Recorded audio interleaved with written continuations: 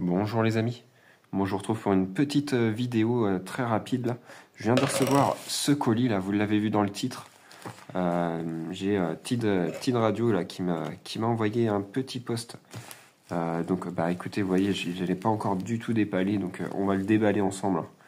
Je fais une petite vidéo vraiment rapide, unboxing en direct avec vous. C'était juste voilà, pour présenter un petit peu le... comment ça se présente hein, en fin de compte. Voilà. Vous voyez, ça a l'air bien emballé en tout cas.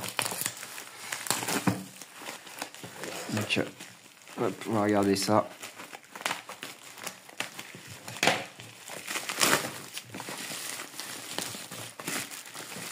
Bon, déjà, c'est ce qui était prévu. C'est bien la marque, hein, c'est là que je déballe. Un mauvais colis, j'ai pas l'air con. Hop. Alors voilà. Tid Radio qui a souhaité m'envoyer un petit post. Donc le manuel, une petite antenne et voilà le fameux poste. Il a l'air assez costaud. Au niveau du poids, en tout cas, je vais regarder un petit peu ce que c'est comme batterie. Il y a le chargeur, il y a le câble. Câble USB-C, ça a l'air. Donc, c'est super, ça. C'est super. Alors, la prise, là, c'est une prise Kenwood classique.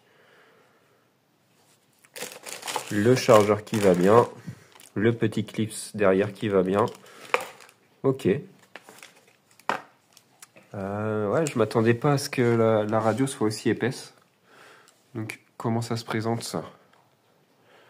Ça ressemble un peu à ce qu'on a l'habitude de voir chez Quancheng. Donc là, je fais vraiment le truc, l'unboxing avec vous, les amis. Je le découvre vraiment en même temps que vous. Donc, pour vous parler un petit peu, voilà, je sais qu'il y a pas mal d'autres youtubeurs qui ont été aussi contactés par la marque. Donc, c'est eux qui m'ont contacté directement. Pour me proposer de faire un partenariat, de m'envoyer leur dernier produit TDH8, si je dis pas de bêtises, et puis de me l'envoyer très gracieusement en échange de quelques vidéos de présentation. Et puis, il faut que je vois ça avec eux. Je dois avoir aussi un code promo qui vous ferait gagner 5%, je crois, sur vos commandes. Donc ça, je vais revoir avec l'équipe ce week-end. Donc voilà, je vous dis tout en direct. Hein. Moi, j'ai rien à vous cacher. J'ai pas de contrat où il faut que je dise du bien du produit, donc je vais le tester avec vous. Clairement. On va l'essayer ensemble et puis voilà, si je vais vous dire ce que je trouve bien, pas bien, voilà, je me cache pas. Voilà, je vais pas faire de la promo juste parce qu'ils sont en partenariat, je vais vous dire ce que j'en pense réellement. Mais en tout cas, d'aspect, franchement, il y a une belle prise en main, il est assez lourd. Je voulais regarder moi la batterie. Je vais déjà essayer de l'allumer. Est-ce qu'il a de la batterie plutôt? Hop. Welcome, ok, très bien. Ok, donc on arrive directement sur les fréquences. On voit qu'on a un grand écran, franchement. Donc de ce que j'ai vu, donc c'est un appareil plutôt basé radio amateur, voilà, qui a une grande puissance, hein, qui peut aller jusqu'à 10 watts sur le papier. Donc c'est pas mal, hein. C'est pas mal, 10 watts, c'est quand même assez énorme pour du PMR. Voilà, il doit faire UHF, VHF, enfin toutes les bandes classiques hein, de ces petits postes. Hein. Je vous avoue que moi, je découvre ça, je suis pas du tout calé avec ça.